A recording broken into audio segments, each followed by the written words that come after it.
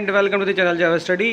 वो वीडियो बीच में ख़त्म हो गया अपने आप। उसके बाद दूसरा बनाना पड़ रहा मुझे। उसके आगे देखते हैं क्वेश्चन कहाँ तक हो गए थे हमारे।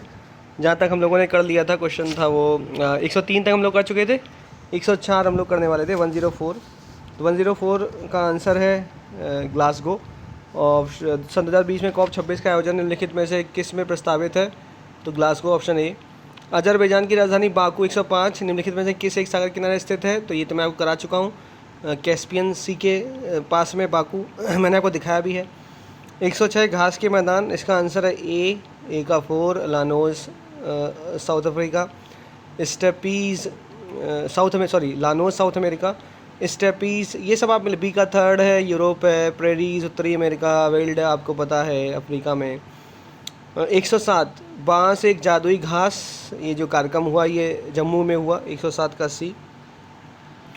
108 का आंसर है खिरगिज बद्दू, मैंने ये आपको पढ़ाया हुआ है, मैंने ये भी आपको बताया। 108 का आंसर सी। ए का 3 खिरगिज मध्य एशिया। कालाहारी में बुशमैन, एक मिला लेंगे तो भी पहुँच चल जाएगा। भारत में लिग्नाइट कोला का सबसे बड़ा क्षेत्र निम्नलिखित में से कौन सा है? ये एक बार आप लोग कंफर्म कर लीजिएगा इसका सही आंसर क्या है कि लिग्नाइट कोला सबसे ज़्यादा कहाँ भारत में पाया जाता है। ठीक है, इसको एक बार कंफर्म कर लीजिएगा। 110 भारत की निम्नलिखित नदियों में से कौन सी दामोदर नदी की सहायक नहीं है? अब देखिए दामोदर की सहायक इंद्रावती तो मैंने आपको बताया था गोदावरी की सहायक नदी है, तो दामोदरी कहाँ से हो जाएगी? Option B. 111 लिखा है निम्नलिखित में से कौन सा सही सम्मिलित नहीं है, ये आपको बताना है। तो 1111 इसका आंसर है डी ऑप्शन, जवाई परियोजना तमिलनाडु अवस्थित है, ऐसा नहीं है। घाट प्रबंध नहर परियोजना मैं आपको पढ़ा चुका हूँ। उकाई मैं आपको पढ़ा चुका हूँ। नीरा मैंने आपको नहीं बताया, लेकिन तब भी आप जवाई मैंने बताया हुआ है। 112 112 निम्नलिखित में से कौन सा कथन सही है? लिखा हुआ है कि भारत में उड़ीसा में मैग्नीज का सबसे बड़ा भंडार है, तो इसका सही आंसर है ऑप्शन डी। 112 का आंसर सही है ऑप्शन डी। ठीक। 113 लिखा हुआ भारत का लौह अयस्क भंडार निम्नलिखित में से किस शैल समूह से संबंधित है? तो लौह अयस्क भंडार कोयला सबसे ज़्यादा गोंडवाना में है।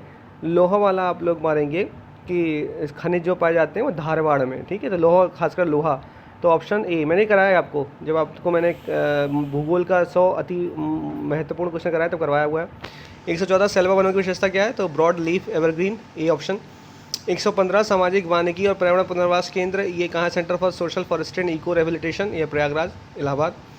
116 भारत में पर्यावरण और सुरक्षा अधिनियम एनवायरमेंट प्रोटेक्शन 1986, ऑप्शन बी। 117 117 लिखा हुआ है कि बताइए बिहार, पश्चिम बंगाल, केरल, उत्तर प्रदेश। ठीक है, जनसंख्या घनत्व सबसे ज़्यादा कहाँ पर है? बिहार में जनसंख्या घनत्व सबसे ज़्यादा है। ठीक। 118 अम्ल वर्षा, इसका सही आपको बताना है क्या सही है, तो 118 का सी। माइकोराइजिया तो चिल्ला चिल्ला के बता चुका मैं आपको। 119 का सी कवक, फंजाई और प्लांट। ठीक है। 120 what is the which of the following fact is not correct about vitamins, कौन सा सही कथन नहीं है? तो आपको ये पता है वाटर सॉल्युबल विटामिन बी और सी होते हैं, विटामिन के जल में घुलनशील है, ये कैसे हो सकता है? तो ऑप्शन डी गलत है। तो ये हम लोगों ने 120 टोटल क्वेश्चन देख लिए। मैं आपको ये बताना चाहता हूँ कि इस पेपर को देखने के बाद तरह तरह की कट ऑफ आपको बताई जाएंगी। जैसे कुछ लोग बताएंगे 80 क्वेश्चन, कुछ लोग बताएंगे 85, कुछ लोग कहेंगे 90। ये नहीं सोचा जाएगा कि ये पेपर मेरे ख्याल से जो उत्तर प्रदेश PCS का अपर एग्ज़ाम देते हैं वो जनरली उसी चीज़ की प्रिपरेशन करते हैं और बहुत तेज़ कर रहे होते हैं, बहुत कुछ पढ़ा रहे होते हैं, तो उनके लिए क्वेश्चन पेपर तब भी आसान नहीं है। ये पेपर आसान नहीं कहा जाएगा। कोई अगर कहता है कि आसान है तो ये इसे आसान नहीं कहा जाएगा। Paper moderate too difficult mode में जा रहा है, मॉडरेट ईजी नहीं है बिल्कुल भी। हाँ, कुछ क्वेश्चन रिपीट हैं, लगभग 20 से 30% क्वेश्चन रिपीट किए गए हैं, इसमें रिपीट दिख रहे हैं।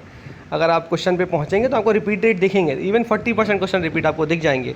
लगभग आप इसमें मान के चलिए कि 40 क्वेश्चन पे रिपीट हैं, बाकी 80 क्वेश्चन इसमें आपको दिख रहे हैं, जिसमें से लगभग 25 क्वेश्चन करंट अफेयर का है और मैथ रीजनिंग आपको दिखाई दे रही है। मैथ रीजनिंग भी ऐसी कठिन नहीं पूछी है, लेकिन मॉडरेट है। अब मैं अगर इसका समीक्षा करने बैठूं और मैं कहूं कि इसमें मतलब कितने कट ऑफ कितनी जानी चाहिए, तो जिस प्रकार से ये पेपर बनाया गया, जिस प्रकार से इस पेपर के स्तर को देखा जा रहा है और समझ में आ रहा है, बीएड वाले इसको देंगे, इसको PCS अपर वाले नहीं देते, बीएड वाले देंगे। तो उस हिसाब से अगर मैं कहूँ तो मेरा मानना ये है कि इसकी कट ऑफ 70 से 75 प्रश्न के बीच में रहनी चाहिए। ठीक है, 70 to 75 क्वेश्चन इसके इन बिटवीन, इसके बीच में इसकी कट ऑफ रहनी चाहिए। इससे अधिक इसकी कट ऑफ जाए, 75 से ज़्यादा इसकी कट ऑफ जाने की संभावना है नहीं। ठीक, जैसे ही क्वेश्चन लाला लाजपत राय के संदर्भ में, अब आप अपर की तैयारी कर रहे हैं तो आप कर देंगे, लेकिन अगर आप बीएड करके आए हुए हैं और आप कहीं शिक्षा कर रहे हैं या फिर आप तैयारी बीएड के हिसाब से कर रहे हैं, तो आप इस क्वेश्चन को इतना ज़्यादा डीपली जाकर नहीं पढ़ने वाले।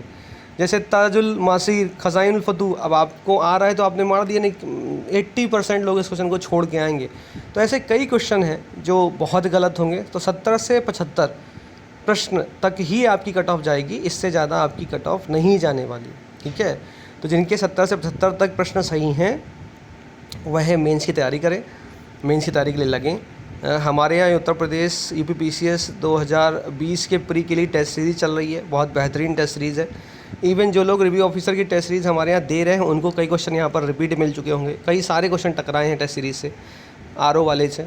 तो आप अगर टेस्ट सीरीज़ दे रहे होंगे तो आपको बहुत फ़ायदा हुआ होगा। इसी प्रकार उत्तर प्रदेश यूपीपीसीएस अपर 2020 की भी टेस्ट सीरीज़ चल रही है, 15 टेस्ट के अराउंड टेस्ट हैं, उसमें बेहतरीन प्रश्न रखे गए हैं। अगर आप देंगे तो आपको बेशक फ़ायदा होगा, ये मैं दावा कर सकता हूँ कि आपको बहुत फ़ायदा होगा। टेस्ट सीरीज़ के लिए मैं डिस्क्रिप्शन बॉक्स में आपको मोबाइल नंबर दे दूँगा। उसके अतिरिक्त आप व्हाट्सएप पे संपर्क कर सकते हैं, टेलीग्राम ग्रुप पे संपर्क कर सकते हैं। तो मैं आपको ये लिंक दे दूँगा, उस पर आप संपर्क करें और वहाँ पर आप पूछ सकते हैं कि कैसे क्या क्या करना है। ठीक है, तो ये आंसर शीट मैं आपको दे रहा हूँ। कट ऑफ मैं आपको फिर से बोल देता हूँ, 70 to 75 क्वेश्चन इसके बीच में, इन बिटवीन ही रहनी चाहिए। एट मैक्स 75 क्वेश्चन जा सकती है। 70 से 75 प्रश्न के बीच में ही इसका ये कट ऑफ जाएगा। ठीक, इससे ज़्यादा ये जा नहीं पाएगा, क्योंकि प्रश्न का लेवल अच्छा है, प्रश्न अच्छे रखे गए हैं। इनको मैं ख़राब नहीं कह सकता, मैं इनको ईजी भी नहीं कह सकता। प्रश्न का स्तर जिस हिसाब से बीईओ का एग्ज़ाम कराया गया बीएड के बच्चों के लिए, उस हिसाब से ये पेपर टफ रखा गया है। पेपर का स्तर टफ है, इजी इसको बिल्कुल भी नहीं कहा जा सकता। तो 70 to 75 क्वेश्चन जिनके सही हो रहे हैं वो मेंस की प्रिपरेशन करें, चैनल से जुड़े रहें, सब्सक्राइब करें और पढ़ते रहें। पढ़ेंगे तभी आपको फ़ायदा होगा। आरओ के लिए क्या रणनीति होनी चाहिए। अच्छा हाँ, एक बात और, पीसीएस 2020 वाले घबराएं नहीं, करे क्या दे दिया ऐसा। तो हमारा आपका हर चीज़ का एक अलग पैटर्न होता है, हर चीज़ का पूछने का एक जरिया होता है। हाँ, एक बात समझ में इससे आ रही पेपर से कि आपके यहाँ भी मल्टीपल चॉइस क्वेश्चन आएंगे। पीसीएस 2020 में मल्टीपल चॉइस क्वेश्चन की भरमार रहेगी, इसके लिए तैयार रहिए। जैसे 2019 में था, 2020 में थोड़ा सा लेवल और हाई चला जाएगा। तैयार रहिए, पढ़िए, अच्छे से पढ़िए, चीज़ों को थोड़ा गहनता के साथ देखने की कोशिश करिए। पेपर टफ़ मैं इसलिए बार बार कह रहा हूँ क्योंकि अगर आप, मैं स्तर के हिसाब से टफ़ कह रहा हूँ, ये पीसीएस अपर वालों के लिए पेपर इतना टफ़ नहीं होगा, उनके लिए पेपर इतना टफ़ नहीं कहा जाएगा। लेकिन जिस स्तर पे आप पेपर दे रहे हैं वहाँ पर इसको कहेंगे कि टफ़ पूछा गया, कई सारी चीज़ें एक साथ मैच, जैसे मैंने पहले ही आपसे कहा था कि मुझे ये लग रहा है कि कई सारी मैचिंग आएंगी। और देखिए, मैचिंग बहुत सारी रखी गई हैं, जानबूझ के रखी गई हैं, क्योंकि एक मैचिंग के दौरान एक साथ 5-5, 6 क्वेश्चन कवर कर लिए जाते हैं। तो पढ़िए, आराम से मन लगा के पढ़िए, देखते रहिए, चैनल को सब्सक्राइब करिए, लाइक करिए। और मैं आपको डिस्क्रिप्शन बॉक्स में लिंक शेयर करूँगा, यूपीपीसीएस 2020 की टेस्ट सीरीज़ दीजिए, आपको फ़ायदा बहुत ज़्यादा होगा। आरओ के लिए टेस्ट सीरीज़ दीजिए, बहुत फ़ायदा होगा। Thank you so much. जय हिंद, जय भारत।